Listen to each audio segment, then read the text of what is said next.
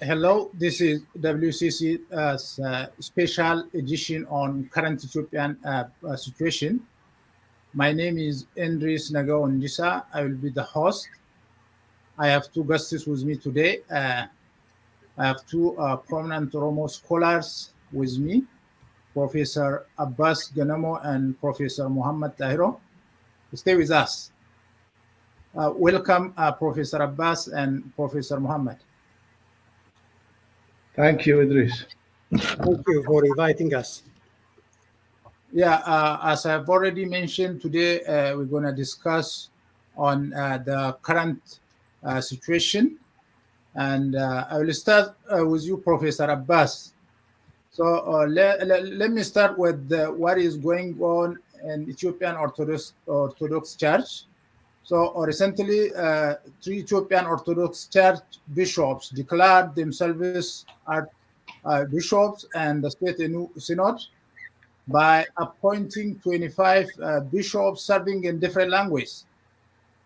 They claim the church lost many followers because people could not worship with their language. Some people have opposed the attempt, while others have supported. Can we call the move intended to split the church? In general, what do you think is the cause and maybe the implication of this move? Thank you. Thank you very much for inviting us and for giving us the opportunity to communicate some important issue for our people in English language. As you know, we used to have some discussion in English, but then we naturally resorted to Oromo language because of our interest to reach our people. But I think it's important also to give our perspective on issues. So this is a big question, and of course, the current issue, which may be splitting the people into competing camps. I know the issue may be complex and complicated. It must be seen in historical terms. So whenever you look at the Orthodox Church, historically, it is very old, closely tied to the Ethiopian monarchy. It is the other face of the Ethiopian ruling elites. So this church, which used to be dominant since the 3rd century, always constituted the most important element of political culture in Ethiopia. But then, following the Ethiopian Revolution of 1974, there was an official separation of the church and the state.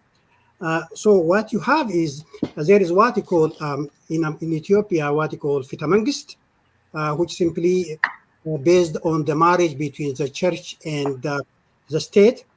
That is still used. What is surprising is simply also Ethiopia has undergone revolutions and the kind of democratic change, what we call Fitanagist, which was based on the legitimacy of Ethiopian Neo-Solomonic dynasty, is still used by the Orthodox Church. I think one important factor, I think also there is something which is also said in Ethiopia, what we call Lisana Mangist.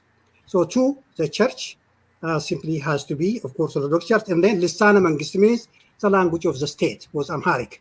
So Amharic is not only the language of the state, but also the language of the church. Now, what you have is not only about the current issue, but about competing identities.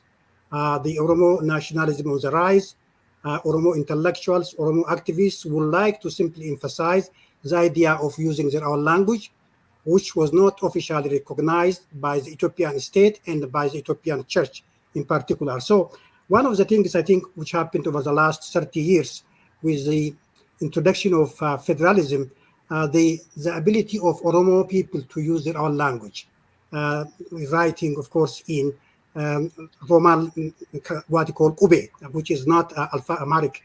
And so the Orthodox Church was already opposed to the use of the Ube. So this is simply called a satanic. People who learned and people who simply use cannot go to heaven. And there was an evidence in early 1990s, an Orthodox woman who simply died, was denied church services because she attended the Ube school. So there was a cultural kind of resistance on the part of the clergy not to use the Oromo language. And the other issue, I think, the Oromo identity is a submerged identity. When I say submerged, it is inferiorized identity. So the identity of the Amhara was seen as superior to the Oromo culture. So Oromos are expected to integrate into what culture to be superior. Superior culture means which simply defined historical Ethiopianism, the Amharic language, and the Orthodox Church. So if you want to become a priest, then you have to speak Amharic to some degree, Ge'ez. But this is not always the case. So what happened was, so the Oromo Diakon Mahon Machadna. So this means for the Oromo people, then there was a less chance even to be promoted in the church. So what happened then, I think, is the idea of acknowledging the Oromo identity, the Oromo being also a language spoken by 50 million or 60 million people. The Oromo has the right to speak this language, at least to repeat liturgy, the songs in them, to praise the language of the issue. So now one of the most important issue now, these young Oromos, intellectuals, priests wanted to simply expressing, according to some, many times to use their own language for the service were denied. So that means they wanted to simply make sure that the Oromo language, without abandoning the Orthodox Church, the ability of nominating bishops and, of course, priests in order for them to serve their people in their own language. That, I think, as far as we know, this is the only language. This was, of course, what is rejected by the Ethiopian Old Orthodox Church. I think that, of course, what is that. I think the issue is not, therefore, about the language. It's about competing identity. So the Amhara would like to see the Amharic culture being still prevailed, followed. Even, you see, one of the funny things about this Amharic language is simply it was consolidated even under the Derg. Although there was a separation between the church and the state under the Derg, the Amharic language was consolidated more than ever in Oromia and elsewhere. So they would like to keep, also now they would like to keep this kind of influence. Amharic, I would call, of course, Amhara culture imperialism. So they would not want to recognize as a language worthy to be maintained, to be developed, and therefore that, I think, what created the tension. It's not really about the separation of these groups from the Ethiopian church. It is simply the idea, which is very popular among the Oromos, the ability of using their own language in 21st century, after being denied for so long under emperors and under the Derg. So now I think these are resisting. This is simply, I think, some Amhara cultural elements would like to see this as simply a war against them. And not only that, what is surprising is also they are declaring, of course, this is simply a war against them. They are ready to martyr, to die, and even try to agitate young people to go and die for their religion. This is not about religion. It's about Oromos asking to use their own language for the same religion. It's not Muslim asking for another right. It's Christians, not really evangelicals, Orthodox Christians asking to speak the same, they're using their own language. So I think one of the saddest aspects is simply, this is simply the result of many discontent on the part of the Amhara elites, because there are, I will be speaking, of course, how maybe they were frustrated with different issues, the way Abiy is governing and handling maybe some of non-kept promises on the part of Abiy. I don't think that is the only reason. It is simply the effort to keep the Amhara influence in Oromia. Also, Oromia is a federal state. Also, Oromos are simply ready to follow the religion. Just as a way, I say to start, of course, we'll take up some of the key points.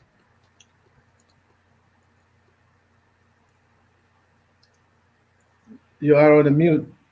Thank you for Professor Abbas for that explanation. You actually touched on the Fitanagast. Yeah, I remember this word is Fitanagast, Kibranagast, and Fita. Yeah, there are those terms. So I would like you, as a historian, I would like you just to explain, maybe if you get time, those things in details, whether still they're relevant or not. So let me come to you, Professor Muhammad. So the old synod denounced the move and excommunicated the 3 archbishops and the 25 bishops. They are accused of breaking the spiritual dogma of the church and the law of the Pitanagas, that is justice of the kings, literally in English. Furthermore, the old synod accused the government for intervention into the church affairs. And at the same time, the government is also accusing political factions and the geopolitical forces are using the church to control political power and destabilize the country. What is your take on this, Professor Muhammad? Maybe you can address a few issues on the first point too. Thank you. Thank you, Idris. Professor Abbas gave it a historical context, and I'm not going to repeat that. But I want to add one thing. We take a scientific view of what's going on, and that way we have a clearer understanding of the issues on the ground. Now, since the Ethiopian state expanded south to include Oromo and other peoples in the south, one big headache for the Ethiopian state has been the demographics of the Oromo people. The Oromo is very large, both in terms of geographic area and population size. And the Highlander state, the Ethiopian state that expanded south, had to find a way to protect themselves from being swallowed by this huge population of Oromo and other peoples in the south. So what they devised was to somehow come up with a divine excuse to assimilate people into the kingdom. Assimilating people into the kingdom means, one, somehow forcing people to learn the Amharic language and abandon their own language and culture. Two, to legitimize the rule of the Ethiopian empire over their lives. So everyone has some kind of government, even the people in Papua New Guinea today, the people that we discount as savages and backward, they have their own government sociologically. So the Oromo had a very advanced system of government known as the Gada system. So when the Ethiopian Highlander government conquered Oromo lands, they had to come up with some excuse to assimilate people, to force people into abandoning their own system and to accept the Ethiopian state. So the Ethiopian church, the Ethiopian Orthodox Church, played a key role in that endeavor. So the church gave the state an excuse, a divine, quote unquote, divine excuse to convince or force people to adapt to the new ways, to learn the Amharic language, to abandon their own languages and to act Ethiopian. So I think the problem that we face today, the chickens coming home to roost, has its roots in the South in this endeavor, the church trying to meddle in the affairs of the people, trying to meddle in politics, trying to convince people to abandon their languages. In some instances, force people to abandon their languages by telling people that the language, this actually started in the north, Ago. Ago language was described by the church an inferior language. So the people of Ago were forced to abandon their languages, Ago and Kemant. So those people abandoned, for the most part, their language. Now, a lot of those people call themselves today Amhara. If you go back few hundred years, these people had their own cultures, their own languages, and their own identity. As Professor Abbas accurately described, the role of the Ethiopian Orthodox Church has been for 150 years in the south, and for much more than that in the north. They played the role of giving cover to the Ethiopian state to assimilate people into the new Ethiopian ways. So that has continued. The Ethiopian church has not reformed itself. As some people know, the European churches went through reformations. So they had to adapt to new ways. The Ethiopian Orthodox Church hasn't.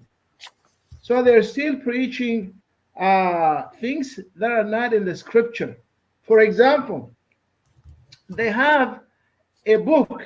It's called Wuddase Mariam, loosely translated into English as Praise of the Virgin Mary. So in that book, they write a very racist narrative of the Oromo and other peoples in the south, that their languages are inferior, and these people cannot inherit the kingdom of God when they die unless they convert into Orthodox Christianity and learn Amharic and abandon their languages. So, these things make books like, the Turner Diary here in the West sound like children's fables. These are very racist books written by the Ethiopian Orthodox Church or sponsored by them. Lately, I see they have been trying to distance themselves from books such as Wudace Mariam, but for a long time, they were teaching that as a church canon, So it's written or sponsored by the church. So the church has put itself in a precarious situation, and the chickens have come home to roost. Now, fast forward, what's happening right now is some Oromo archbishops that were in the church, they claim they have been trying to convince the church to change its language policies, to teach in Afan Oromo, and to hold religious ceremonies in Afan Oromo. The church claims it holds religious ceremonies only in Ge'ez, but that is not really true. They hold ceremonies in Amharic as well. Few people speak the Ge'ez language. It's an archaic language. It's a very old language. Most people, even the priests, don't speak Ge'ez. So they hold religious ceremonies in Amharic, one. Two, the gospel was not revealed or written in Ge'ez. It was translated for the most part, from Greek to Ge'ez. So if Ge'ez is good enough for the gospel, why not Oromo? Why not translate the Bible from the source directly from Ge'ez to Afan Oromo? And the church is adamantly against that. So these Oromo archbishops and some from the south, they declared they have formed their own synod, but they haven't appointed their own patriarch yet. To remind our audience, when Abiy Ahmed, Prime Minister Abiy Ahmed, took power in 4 years ago, the Ethiopian Orthodox Church had two patriarchs, one living in Washington, D.C., the other one living in Ethiopia. So it was Abiy Ahmed that played a key role in unifying the church under one patriarch after many, many years. Now, the government denies the claim by the church today that the government is behind this, quote unquote, split.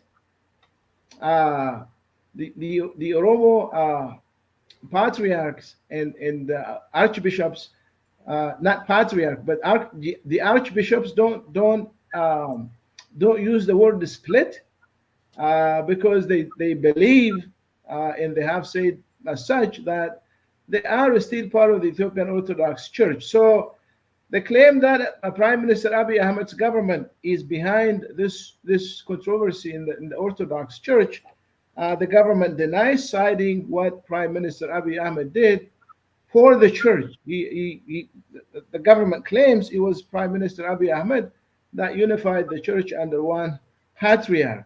Now, the church accuses the government of being behind this problem in the church. They don't really cite any evidence for that. It's all hearsay, and of course the government denies that. But the church hasn't answered the allegations lobbied at them by the Oromo archbishops. So their language policy, they haven't defended that. They when the Oromo archbishops claim church policy, they try to change church policy, and the church is very resistant to that. They don't really have a good rebuttal for that. And instead of answering those charges by the Oromo archbishops, the church accuses the government of trying to split. That's the word the church uses. The Ethiopian Orthodox Church into two. So it's all allegations, but the key point here is the allegations or the charges levied at the church by the Oromo archbishops have not been answered, and that is where we are right now. So we don't know what will happen tomorrow or the day after. It's a standoff as of yet. The government has declared that some restrictions in the capital, Addis Ababa, and today is Sunday, and movement has been restricted both by vehicle and for pedestrians. So we don't know where this thing will go. But as Professor Abbas said, I concur with him that the question raised by the Oromo archbishops is very straightforward and simple, and that is the right to use their own language to preach the gospel. And the church doesn't seem to be a recipient of that idea, and I'm yet to hear the church's response to those questions and demands by not just the Oromo, but speakers of other languages to preach the gospel in their own languages, and that is enshrined in the Constitution of Ethiopia. Everyone has the right to speak their own language, to worship in the language they choose and understand, and so on and so forth. And it baffles me why the Ethiopian Orthodox Church in 2023 is still against people, worshiping in their own languages. It just defies logic and common sense. Thank you, Professor Muhammad. Professor Abbas, let me just raise a question which is directly related to what Professor Muhammad just said. So, if the people, that is nation and nationalities, worship or serve the church with their own language, so then not for the church benefit. I mean, it is just expanding and reaching the unreached corners of the country with the gospel of the church and just expanding the religion itself. So why the leaders of the church who are just supposed to promote this strategy are really opposite, and to the extent of saying, that it is a black cat, it's a blood vessel cat. And related to this, how do you see some people believe that Ethiopian Orthodox Church itself is a state and a unifying symbol, and others think it was part of the monarchical system that the emperors had used and manifested the political, cultural, economic hegemony of one ethnic group over others. So you have already typed a little bit, but I wanted to just to repeat it and just explain it in details, which is exactly, actually it's related to, the future and the implication of this move itself. So if you can explain that. Thank you, Professor Abbas. Thank you very much. I think Professor Muhammad vividly explained the key issue, what is at stake. I would like to simply mention, I didn't want to go into historical details when I simply discuss. I may give some insight in historical context. One thing I think which is important to say, for example, I didn't answer the decline of the Orthodox Church, the decline. This Orthodox Church was very powerful. It used to own 30% of the land in the Ethiopian Empire, especially taken from the Oromos. So this church was so powerful, so it has the same power as the state. So in many ways, therefore, you cannot be surprised people telling church is the state, church is a country, because church owning. That's why I think one of the most important points we need to understand, the Ethiopian church is simply guilty, morally guilty, politically guilty for approving and blessing Melik's conquest, and of course the massacre and the killings, and also taking the spoil of the war. For example, when cattle were stolen from people, it was given to her, and when the land was simply confiscated, also 30% of the land was taken to them. The Oromo and Southern people were reduced to slavery. and slavery and the gabbars. So one of the bad side, I think, which many people now should have in mind, the Fitanagast justified slavery. The Fitanagast justified slavery and the gabbar system. This is what we call the Fitanagast, not based on inequality, and therefore the church practically start to lose influence. The reason why the decline is, I remember in our society, in our society, which is mostly Muslim, there are individuals who used to become Christian because it is a way of getting social mobility. For example, the only two RC men who became governors of Raja became Orthodox Church. Otherwise, there is no social mobility then. When the emperor was gone, there was a separation of state and religion, and therefore the church started to decline. There is no advantage. People stop going to the church. Church lost also some of its privilege. So you cannot be surprised to see in Oromia, from the statistics, the church lost 10 million followers, 10 million practically. It is simply in Oromia where it's lost because the church never respected Oromo people. As Professor Muhammad said, the Oromo were simply their what you call it, their serfs, their slaves. And so that simply means that the Oromo, when they got the opportunity, try to assert themselves. So why we learn in their own language, why we cannot speak? This, of course, has something to do with the development of Oromo nationalism, Oromo identity. To your question, I'm sure that this is really an important question, which is philosophically important one. The church balawulata for who? So the church, of course, empowers the Amhara because many Amharas simply go land. Many Amharas expanded their religion, their values, their way of life. Therefore, to them, anyway, it is simply something which is simply obvious for them to do it. For others, I think the Ethiopian Orthodox Church is mostly an oppressive church which took most of the land. I think in many cases, I think more than any church in colonial history. I don't know if you heard about this. Most of the churches related to the colonizers, they participated in oppression and, of course, in humiliating people. But the Ethiopian Orthodox Church, of course, played its fairest share. So it is not really representative. It was siding with the Amhara people. And then, of course, it was siding with the ideology of domination. That's why I think whenever you think about the church, from our perspective, Oromo perspective, the church represents nothing. They presented nothing. For example, it's contributed to resistance. Resistance against who?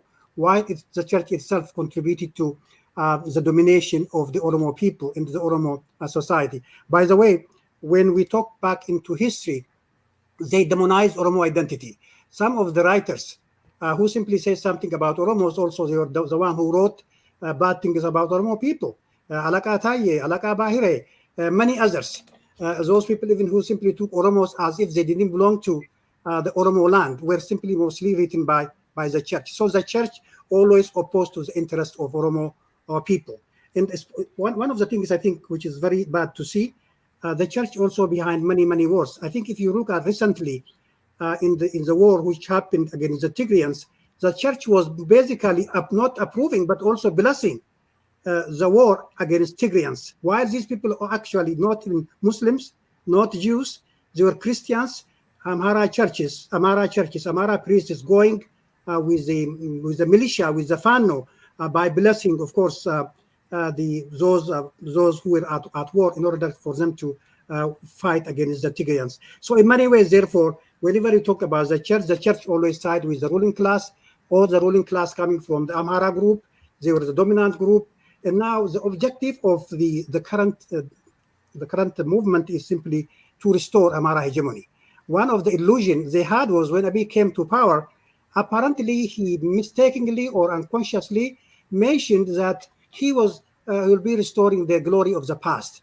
The glory of the past in their understanding was the dominance of the church and the monarchy. I think one of the funny things also which I heard, that some of them actually started to campaign for constitutional monarchy, because on their mind, there is no doubt Abiy will restore the monarchy because he put Haile Selassie's and the Menelik's statue in palace, and he would enforce he reconciled. Of course, he brought naturally the unity in the church.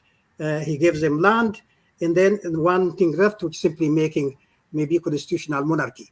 So now the illusion is that Abiy apparently is not doing all what they wanted.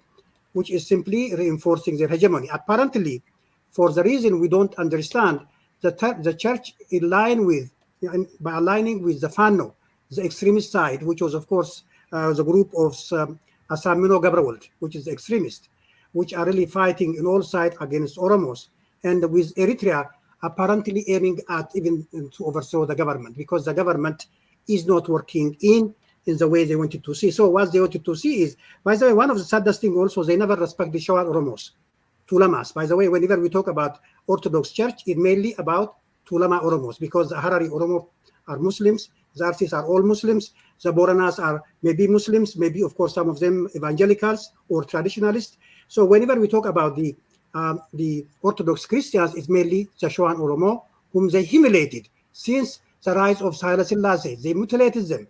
They simply undermined them. They used them to make wars against other people.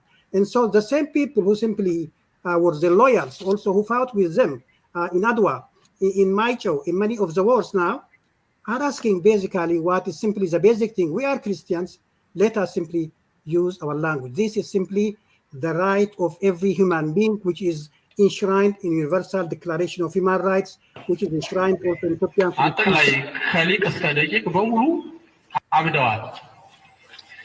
So the is there? technician tried to just invite us to hear some videos, but it's okay. It's okay. Just continue, Professor Abbas. So basically, I think what I'm trying to say is the church has always tried to disempower the people who were conquered, including the Tulama Oromos. I think Professor Muhammad clearly indicated before then. Mostly the Oromo were expected to assimilate, to expand the Amhara's demographics. Now the Amhara speaking demographics is on decline. The only influence which remains in Oromia is the church. If the church services is simply done in Oromo language, then it will be the end of Amharic influence in Oromia, because I know the younger generation of people, especially the Kube generation, is not really attending the Orthodox Church anyway, very rare. And therefore, the older generation, if they do it, then nothing remains in the area. So I think the fear of dominance, this is what I call superized identity being challenged by inferiorized identity, which is an Oromo identity, the language they didn't think the language and not understandable, the language which doesn't serve any purpose, the language which is not written, the language which cannot be understood, and not a sacred language. So this campaign all has something to do with the struggle against Oromuma, what they call political Oromuma. You remember what happened in the capital city?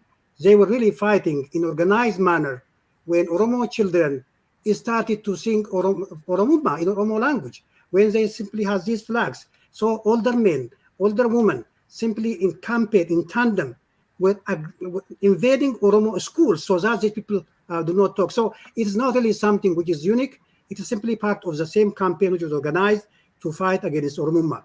On the one hand, they say simply Oromo at Oromo Taranya narratives, which means the Oromo are dominating us, to which Abiy clearly responded, I think in one of the interviews he gave.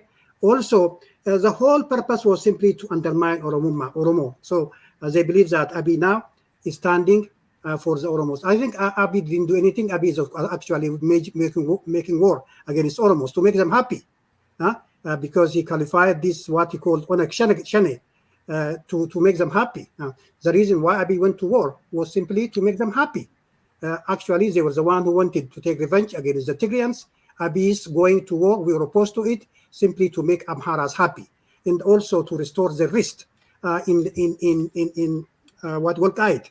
So he simply did everything he could. I don't, from this perspective, this man, no matter how imperfect it may be, he was serving them for the last 4 years. What did he do for the Oromos? Nothing, little. Actually, he killed many people. He arrested many people. He purged Oromo nationalists from his party and those who simply seem to sympathize with something Oromoma. So what he has to do to make them happy? So the issue, I think, as we will see, what offended them, the way he made peace with the Tigrayans. I think many of you know that they were interested in wiping out the Tigrayans and also when Tigrayans were wiped out, and then restoring the old centralized government, which is simply what we call a Hadawi. This exactly the church is doing the same thing. They wanted to become a Hadawi, unitary, one church, inseparable, where people do not even speak their own language. So now what is missing is now the Abiy government apparently is not at that point in agreement with them. So he is not trying to wipe out the Tigrayans. He is not trying to maybe destroying the federal system. The most important thing, of course, they want him to destroy the federal system and also the changing into what they call it Ethiopian. This is Zaraninat. Apparently, for some reason, as we'll be speaking more details, he's not doing it. So the fight is not only about the religion, but it's simply about political aspiration and made demands. Maybe Abiy promised too much. I don't know what he say to them in public, no, in private, but apparently they expected the old Ethiopia, so which is not happening, and it will not happen. It will never happen. But apparently, Abiy naively believed that he actually will restore old Ethiopia, and so I think that is what we can say about this. From my perspective, I think we don't have the same opinion. We respect Christians who have faith, who follow the religion, but the Orthodox Church didn't contribute anything to the Oromo people. It exploited people. It took their land. It reduced them to serfdom. And then it's simply humiliating them cultural. Even it's not ready. In 21st century, people is speaking their own language, which is simply one of the things, of course, I'm amazed. When you demonstrate, you are asking for your right, your claim for rights. But they are opposing for other people's right to speak their language. And also, to your surprise, the so-called lawyers of Amhara origin are bringing this cause to the court as if people do not have the right to speak their own language. I don't know what kind of court will deny these people the right to pray in their own language. I think the issue is not about religion, the issue is about resource. I think one important, maybe Professor Muhammad will comment about this in more details, the wealth of the church, the land, now the funding coming from Oromia. So for them, it's not only using influence in Oromia land, but also resources, which is controlled by Amhara priests, Amhara bishops, Amhara archbishops, because apparently from the statistics, 80% of them coming from the same ethnic groups in the same region, which is Gondar. And therefore, what is at stake is not only about the Orthodox Church, but also about the privilege, economic privilege they enjoyed in the past, they are simply planning to enjoy in the present. Of course, Dr. Abiy clearly said, I gave you more than 1 million square meters in Finfinne. And of course, they are also capturing illegally many lands in Oromia, and also this for Tabot, which simply was no one challenging because apparently Dr. Abiy was protecting them. So they are claiming many lands, a lot of lands in the Karayu area, in RC area, and different areas for a church. And so now the issue is simply when the church is Oromized, that means when spoken in Oromia, then of course they lose most of the influence, most of the privilege, and also the wealth they used to enjoy, of course, currently, maybe in the future. I think it's very complicated. I think we don't have the same perspective. It's an old church, which is an old civilization for them, but simply a superimposed identity, a superized identity, which aimed at destroying cultures, people seen as inferior. So the Oromo obviously were seen as inferior to them. And then, of course, they do not expect the people considered to be inferior, being a priest, being a bishop. I think that is one of the reasons why this issue is becoming very serious on the part of this. It's more strategic, it's political, it has nothing to do with religion. That's the point I want to emphasize. Thank you, Professor Abbas, for the detailed explanation. Actually, the Tigray Orthodox Church is not recently with Ethiopian Orthodox Church, and there was no this kind of opposition and movement regarding that. I remember what Dr. Gammachu Magarsa said. In maybe during the professors' meeting with the Prime Minister Mallas. Maybe it is 20 or 15 years ago. He just brought certain deductive logic. So all human are animal, then all human are mortal. A baby is mortal, then Ababe is human being, then Ababe is mortal. Yeah. Or the Ethiopian constitution grant cessation. Walaita is Ethiopia, the Ethiopian region, so Walaita can sustain. He said everybody accepted that. Then it comes to Oromo. Oromo is the Ethiopian region. The Ethiopian constitution grants cessation, so Oromia can sustain. So everybody opposed. So you remember. So it's the same kind of dynamics happening here too. We don't oppose the existence of the church or the Oromos. The church can exist. People can worship freedom with their language. But the thing is how to address the historical injustice. Professor Abbas, when you just said about how the church controlled the lands, I just remembered my own experience. They told me that my great-grandfather, Mandoyu, committed suicide when church came to his land, and they took all his land, so he didn't have anywhere to go. So finally, he hung up himself. He just committed suicide. That's what our fathers and our relatives, told us. That kind of thing happened everywhere in Oromia. So the only way out, I think, is addressing the problem, what is going on, just addressing the reality on the ground, and sustaining the unity of the church. So otherwise, nobody is just opposing the move of the church. Professor Muhammad, let me come to you. Do you agree with some scholars suggesting that Prime Minister Abiy is shifting his political base from right wing, that is from the centralists, to the leftists or federalists after the peace agreement with the TPLF? Do you think Prime Minister Abiy realized he had committed a grave mistake by ignoring the Oromo interest as his political base over the last 4 or 5 years? And what do you suggest he and his party should do to win Oromo's heads again, to get Oromo support again? Okay, thank you, Idris. Before I attempt to answer these questions, I want to say a few things about the previous question that you asked Professor Abbas. The Ethiopian Orthodox Church is a religious institution as well as a political institution. It's unlike any other religion that I know of. So all religions teach morals in this world, and then hopefully you inherit the kingdom of God when you die. That's what all religions teach. In addition to that, the Ethiopian Orthodox Church is also a political philosophy. So what is their political philosophy? So Ethiopia and the Orthodox Church canon and dogma is a divine state. Okay, so when church leaders talk about Ethiopia and the Orthodox Church, the Ethiopia they have in mind and the Ethiopia you and I have in mind are two different entities. So for them, Ethiopia is divine. They say it's in the Bible.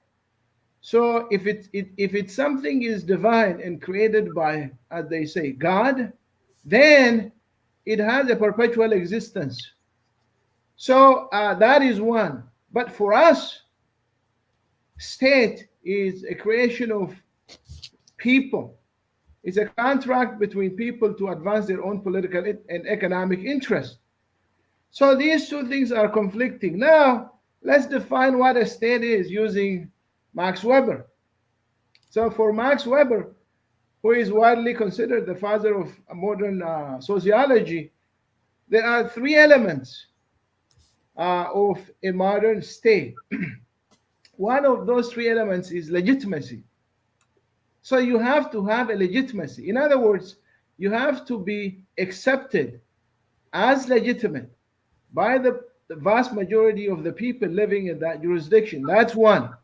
Two, you have a monopoly over violence. and that is accepted by people. That is, you have a military, you have the police, you have the courts, and so on and so forth. So you have monopoly over violence. That's number two. And number three, you have defined jurisdiction. So when you say the state of Kenya, we know the boundaries. When you say the state of Somalia or Somaliland, there are known boundaries. So those are the three minimum requirements for a state. Now, when these people claim the Orthodox Church is a state, of course, they're not talking about a state as I just described. Okay? So for them, the Ethiopian Orthodox Church, one, is ordained by God. Okay? So it's a state because the Ethiopian Orthodox Church was intertwined with the physical state that we call Ethiopia. So in that sense, yes, they are a state. Okay? And that has put them in a very precarious situation now. If you claim you are a state, but you lack legitimacy, as the Ethiopian Orthodox Church does, they don't have legitimacy over me because I'm not a believer of their doctrine. Okay? So they can't say the Orthodox Church is a state. A state over who? That's the key question.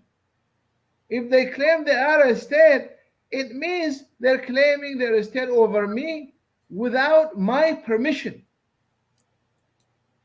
Okay? So what do we call that?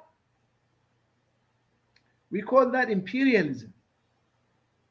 Okay? So the Ethiopian Orthodox Church is an imperial institution that claims legitimacy over people without people's concession. I haven't considered that they have legitimacy over me. So that's a big problem for them. If you are in a kitchen, you can't complain of heat.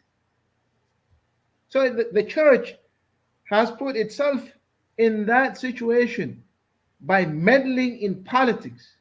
Clearly, leaders of the church are meddling in politics. Of course, I'm not talking about the believers. I have said that at the outset.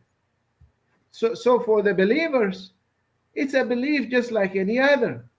So they teach their kids morals, how to live in this universe, on this earth, and then when they die, hopefully they will inherit the kingdom of God. That's a religion. But the Ethiopian Orthodox Church is far, far more than that.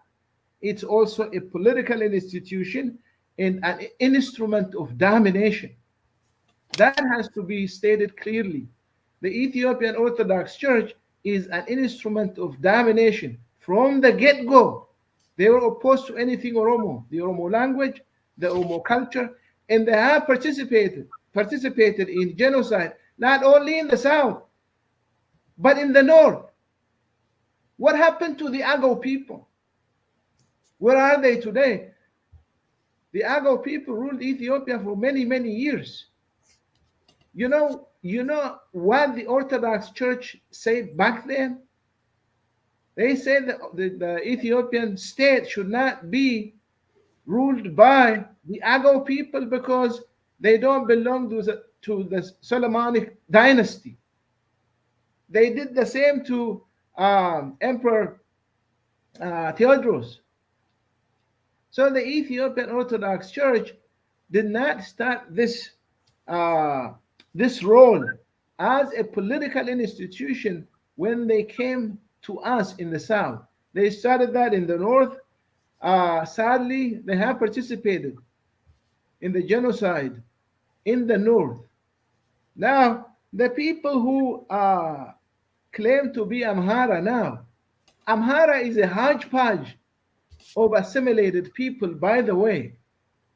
If you go back hundreds of years, northern Ethiopia was populated by people who look like us, the Cushitic people, Cushitic speaking people, just like the Oromo, the Afar, the Saos, and so on and so forth. Now, the people who claim now they are Amharas and who want us to abandon our language and learn the Amharic language and maybe accept the Orthodox way of life, They themselves are the lost people. That has to be said. If you go back and all of these people one by one, if you say their name, their father, grandfather, and so on and so forth, they belong either to the Ago, the Kemant, or one of these Cushitic tribes in the north. They are assimilated, their languages disappeared because of the teachings of the Ethiopian Orthodox Church. That has to be said. Now, to come back to your question, Idris, is Prime Minister Abiy coming back to his roots, his constituency? At the get-go, when he started catering to these people, okay, 4 years ago, we all said at the outset that Prime Minister Abiy Ahmed was committing a grave mistake. A grave mistake, because you can never satisfy this political church, because what they want us to be has no end. You cannot give them everything they want. You can never satisfy them. An institution that wants your language, they want your identity, they want your land, how can you satisfy them? Can you give all of these things to them? You raised the issue of land, Idris. You know, under Haile Selassie, they owned 1/3 of all public land. 1/3 of Ethiopia belonged to the Ethiopian Orthodox Church. As a result of that legacy, the Ethiopian Orthodox Church has a lot of assets now. They were the kingmakers. They told Haile Selassie what to do. Everything they told him to do, he did. So in that sense, the Ethiopian Orthodox Church is spoiled to the core, and in fact, it was a de facto state. It was a de facto state in that sense. So Prime Minister Abiy fell into that trap, and he tried to appease them, but appeasement did not work. They wanted him to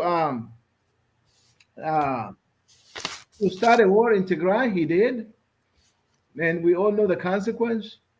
Okay, and he did everything to appease them. But these are not people you can appease. Why?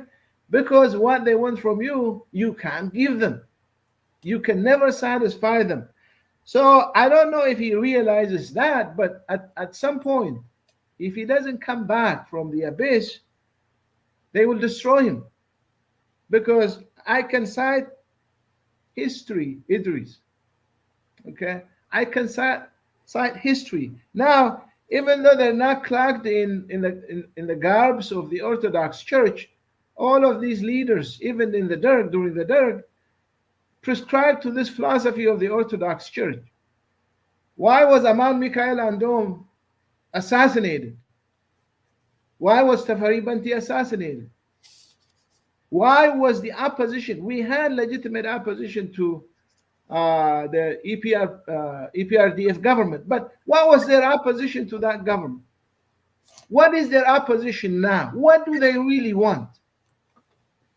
One thing I really, to this time, to this hour, don't understand is, what is their cause? What do they really, really want? I don't know. I don't understand. Some claim they don't want equality. Okay, so equality, to be equal distribution of wealth, equal treatment of language and culture. They are against all. Some claim they are against all of that. Why? Because the status quo favor them. I see a comment here that says the Orthodox Church doesn't belong to any ethnic group. In Amharic, Zariel Latin. Really? Zariel Latin? The status quo, in all sense, favors Amharic speaking people. Their culture is mainstream. Go to any town now in non-Amhara areas. any town. People who come from the countryside are like they're stepping into an alien land. It's a different culture, it's a different language. So the status quo favors them. Okay? So when they say the Orthodox Church, the Orthodox Beta Christian, Zarellatim, is not really true. Okay? Yes, Zarallat. At least Oromo አይደለችም. This has to be said. So the status quo favors them. So the Ethiopian Orthodox Church is opposed to anything Oromo. They are opposed to anything Oromo, the Oromo language, the Oromo culture, you name it. If you go to Addis Ababa, the city of Addis Ababa, there are no symbols that represent Oromo. The Oromo language is a minority language in that city. The Oromo culture is a minority culture in that city. The people may be Oromo, but when you step out of your house, you step into an alien culture. And why is that? Because, as I said earlier, people who claim themselves to be Amhara, it's a hodgepodge of assimilated people. Okay? So they have destroyed languages, cultures, and so on and so forth.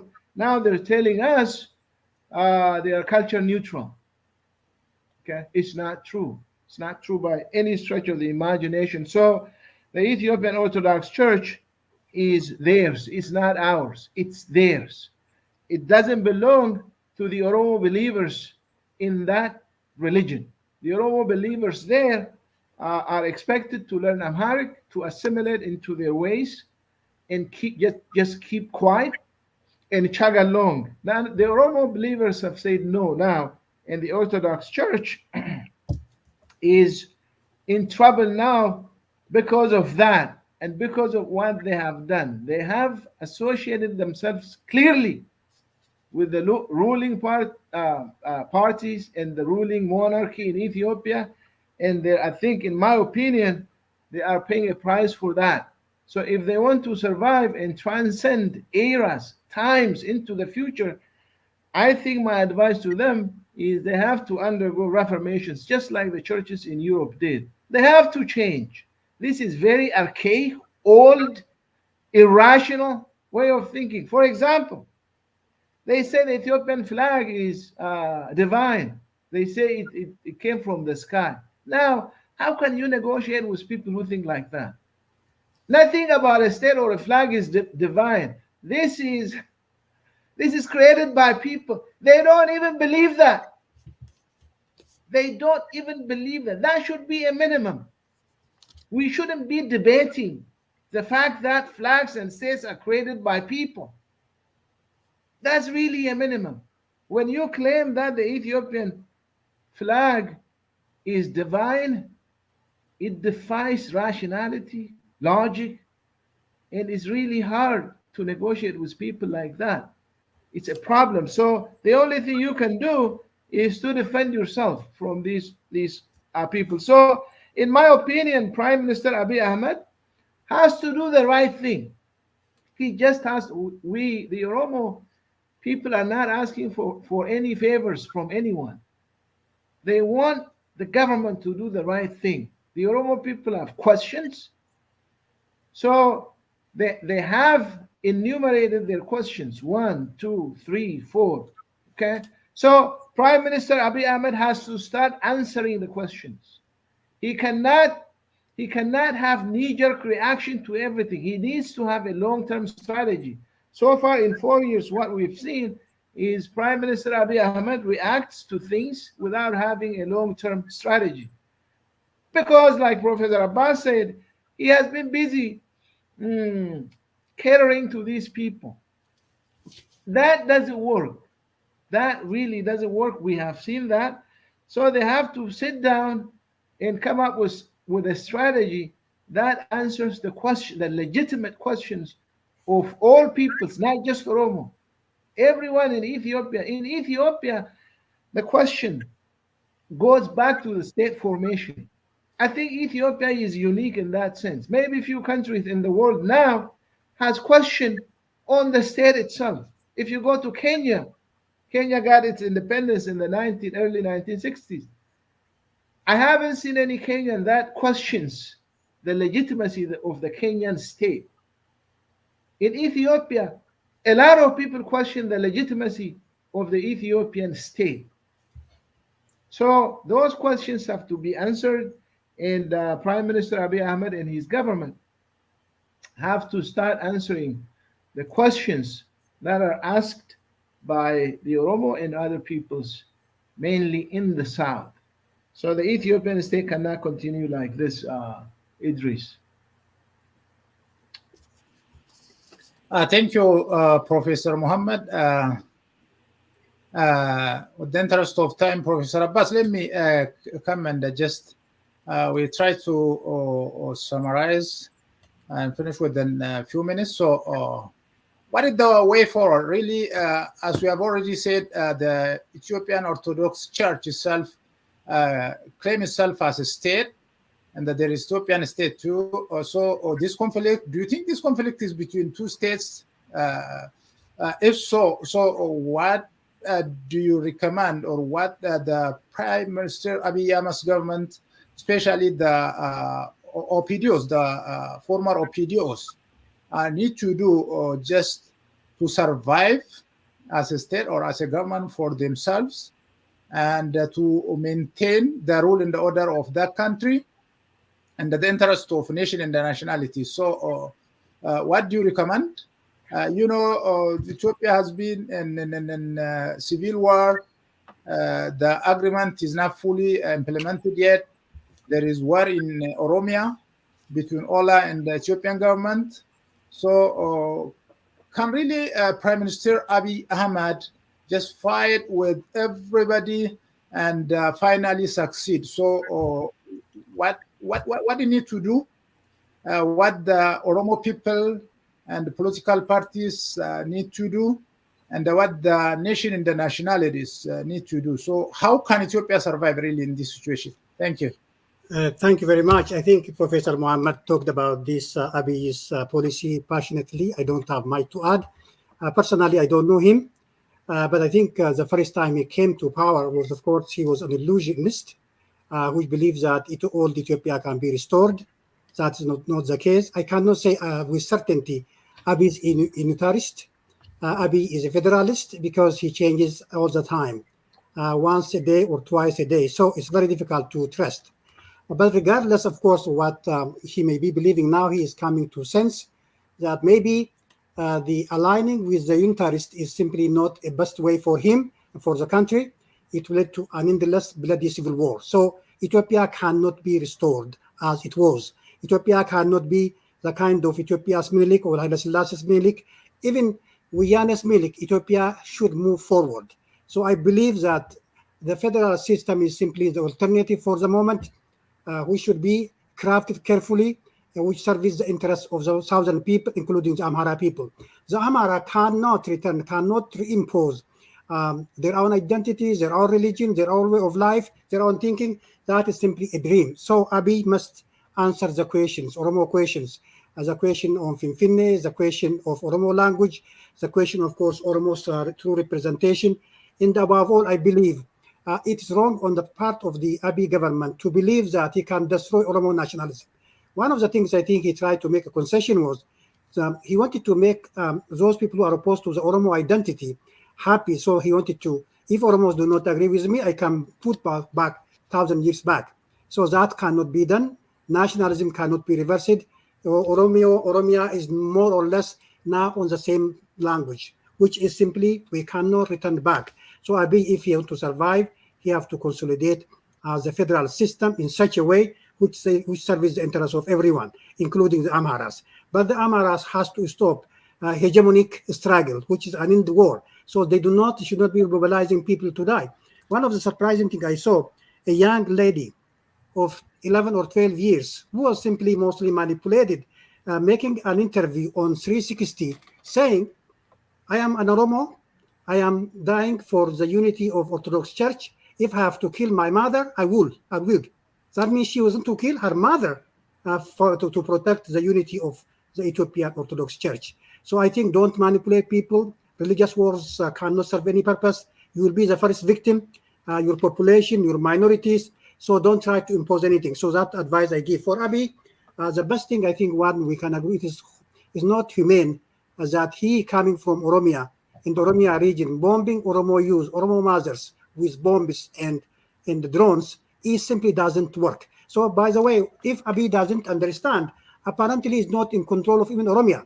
The countryside is not under his control. So the best thing to do is simply to sit down with armed groups, with political parties, civil society organizations on the way forward. I know Abiy likes power.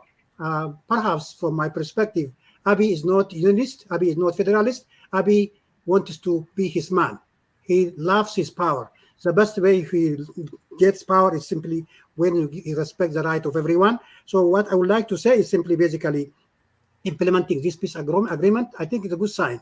I think what I saw the picture, and maybe he's doing for photo ops, he was sitting with the Tigrayan leaders in the city of Addis Ababa to show that they are reconciled. That's a good thing. I think it doesn't serve any purpose. Killing Tigrayans, killing Oromos, killing Afaris, killing anyone in the country is not the best way forward. So I think the Tigrayan peace agreement must be implemented and the Oromo issue must be addressed. He has to sit down and negotiate with Ola and find workable solution for them and for himself. Because he is simply receiving money fire from different direction. I know he knows more than us. Maybe he has information. The Neftanyas, the Fanos, the Eritrean government are really planning seriously to overthrow him and to treat him like to give him the fate of Gaddafi. This is publicly. They say publicly, if we capture him, he expects what simply happened to Gaddafi and Saddam Hussein. So I think he cannot fight against Oromo nationalism. He cannot fight against any nationalism. He has to simply be the fairest possible. The right thing to do is to address all the problems. And also, I would suggest also, he should not be harassing peasants. One of the issues we have is simply the economic issues, inflation, on which Professor Muhammad spoke many times. Many people are really suffering from poverty, from hunger. There is famine in Ethiopia, in Oromia region. And also there is a complaint about his cadres, his leaders, forcing the people to sell their wheat, their product and their market price, which is not acceptable. Many people will be revolting if that continues, because he is changing himself in feudal order, which is called landlord, and the peasants simply will be forced to sell the product without simply their own consultation. So I think he must simply he has to take up what he calls statecraft, how to govern. It's not only how to sit down and how to talk, and how simply have to manage the state of Ethiopia, which simply means he has to simply respect the right of everyone, and he has to make peace, and also he has to think about addressing the chronic issue of economy, which is simply being a huge problem. So I think the civil society organizations have to put pressure on Abiy government to simply implement the peace accord they signed with the Tigrayans, and also they have to simply put pressure to bring peace in Oromia. And also we have to simply tell Abiy directly that if you simply continue to harass our peasants, our farmers, our people, you also face the same consequence. Oromo people will revolt against you. It is simply a fate. So you have to be simply can come up as good governance as possible. That what I want to say, but I don't think that I have time to discuss about, of course, the Orthodox Church anymore, because we spoke a bit longer. So I would have loved to speak, for example, why the Oromo should not even be referring to Fitanagast when they are talking about their issues. I think that's the point I want to raise. I think the Oromo Orthodox Church, Oromo are wrong to simply still referring to Fitanagast, which was written in 14th century, which simply heralded Amhara domination, Amhara supremacy, and therefore the best way for them to do is simply, we are Christians, we are not abided by Fitanagast. I think, as you may know, Fitanagast was translated in 1968 and prefaced by Haile Selassie. So it is dead with Haile Selassie, it is dead with the monarchy. Therefore, why simply you worship something which died? And why the Ethiopian lawyers simply accusing the Oromo leaders of violating the law? Which law? Which the law is simply the law of Fitanagast. So I think the Oromo should simply go beyond this Fitanagast and has to think forward in order to really address the issues. So that I think what I would like to say. I think we don't want to leave more time for more than this. Thank you for accommodating us. Thank you for asking us good questions, and hopefully we'll do this again on different kinds of topics. Yeah, I really appreciate and thank you, both of you, Professor Muhammad. Unless it is no, for the interest of time, I would like to raise a question regarding the export of wheat. Yeah, because of two things. Maybe we'll get back to it, but briefly, that project feasible in terms of the situation, the famine and the food shortage in Ethiopia, as well as in terms of just putting a price cap on the product and then forcing farmers to just sell under market values and then exporting the wheat. Is that a feasible project? That really encourage the farmers to just produce the next years or within decades, so that Ethiopia can be food self-sufficient. What do you think about that? Maybe briefly within 2-3 minutes, but we'll get back to it. I know it is a full topic. We'll discuss the economic policy and so, but maybe if you can say something on that. Thank you. Thank you, Idris.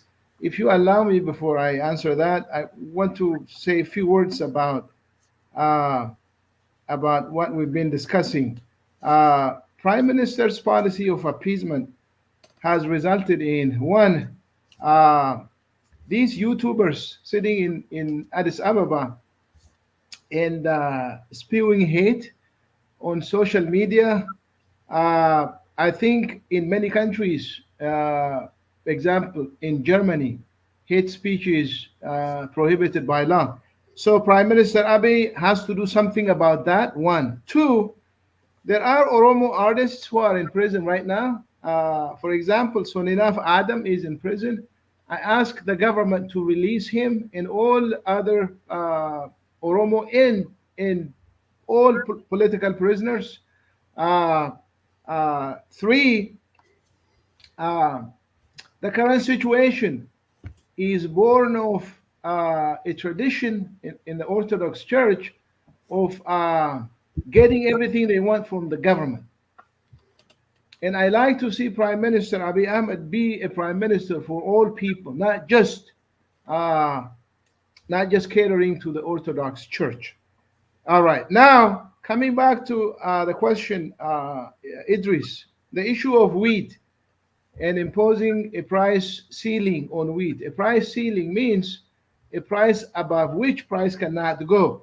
Now, what's the problem of imposing a price ceiling? First of all, when you cap the price of anything, then there will be a shortage of that good. Why? Because farmers clearly are not getting the market price for their product. So they most likely will not take it to the market. So if the market price of wheat is 5,000 birr, and you mandate the farmers to sell it for 3,200 birr, people will not take it to the market. So it gives emergence to the black market. Now, what are you going to do as a government? You have created a new category of crime. Now you have to fight that. So it's not really a good policy. Two, it discourages productivity. If let's say to produce 100 kilos of wheat, it costs them 3,500 birr. You cannot sell something for less than what it costs you to produce it in the first place. So it really doesn't make sense. So if the government wants to export wheat, they have to buy it from the farmers at the market price, and they can still make money selling it in the international market. So it's not a good policy. It encourages crime, and it discourages productivity. So I have said this before, and I said again, I think it's just a matter of time before they abandon it, and the sooner the better. They have to abandon and let the farmers sell the wheat and make a profit in the marketplace. Another key point is, if you cap the price of wheat, and if I am a farmer of wheat, and that's all I have, then I sell wheat and buy everything else. and the price of the things I buy is still very high. You see that how unfair that is to the farmers? So it's not a good policy, and I ask the government to abandon this policy and go with the market price, Idris. Thank you, Idris, and I really appreciate you having us as your guest. Thank you, Professor Abbas. Thank you. Yeah, thank you for being with me, and I think we're done with this. Thank you for being here, and for our audience, please share and subscribe to this channel, and thank you for watching. Thank you.